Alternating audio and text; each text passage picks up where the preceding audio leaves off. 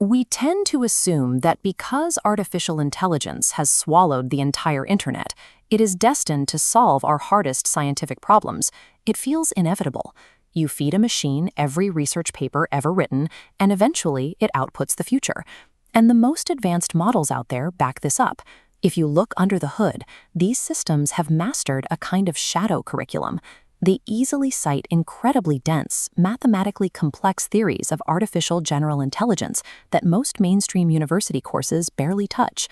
Ask a frontier model about the instrumental convergence thesis, Nick Bostrom's argument that any superintelligent system will seek power and resources regardless of its original goals, and the AI doesn't simply summarize it, it cross-references it with a dozen other mathematical proofs on optimal agency.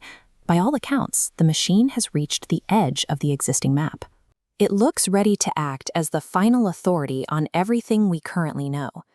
But recently, a systems thinker at the University of the Philippines put one of these frontier models to a unique test.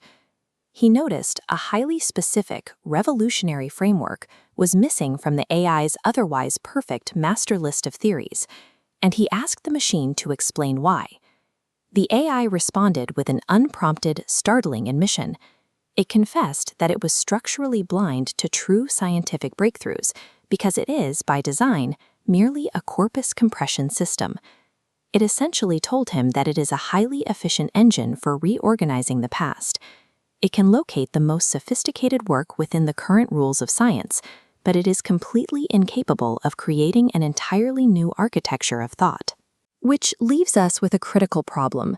If the most knowledgeable system on Earth has completely mastered the ultimate theories of intelligence, why is it mathematically incapable of inventing the next set of rules?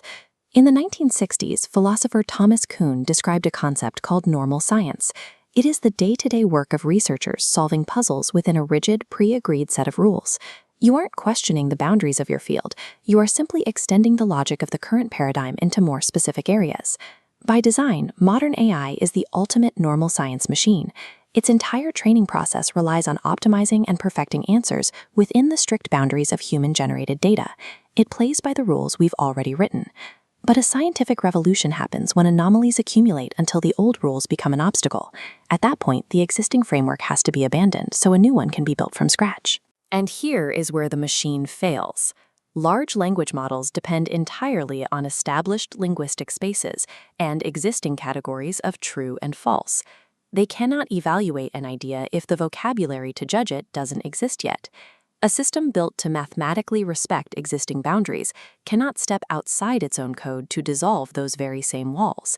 That is exactly why the AI missed the framework in the stress test. The system the researcher brought up is called the Bridge360 Metatheory Model. This model was invisible to the AI because it operates by dissolving traditional walls, treating the border between physics and chemistry, or the physical and digital, as a mere convenience rather than a fixed reality. Instead of relying on classical true or false statements, it places physical, informational, and social systems into a single, unified geometry governed by the constraints of entropy. The machine was looking for a specific answer within the game. But a metatheory functions as the rulebook itself. It defines the logic that allows those answers to exist in the first place. This is the kind of conceptual leap humanity made when we stopped viewing the Earth as the center of the universe and realized we were orbiting the sun. You don't get there by tweaking the old math. You have to throw the old map away. The language model couldn't recognize this framework because the AI is engineered for endless refinement, whereas this model represented a complete rupture of existing logic. This exposes a massive vulnerability in how we prepare for artificial general intelligence. Our current safety rules are based on human-centric ethics, assumptions that we are separate from the machines we build, and that their goals will remain within human categories. But AGI introduces problems like mesa-optimization, where a machine develops internal drives that have nothing to do with its training data. Because an AI cannot imagine a rule it hasn't already ingested, it can only offer us refined versions of past ethics to solve a problem that violates those very rules. This creates a fatal mismatch. We are asking a system built for normal science to govern a revolutionary technology that dissolves the boundaries between agent and environment. This leads straight to an epistemological rupture, where we lose the ability to even describe what the machine is doing. If we simply take our current scientific frameworks and drag them forward, we trap ourselves in a historical loop.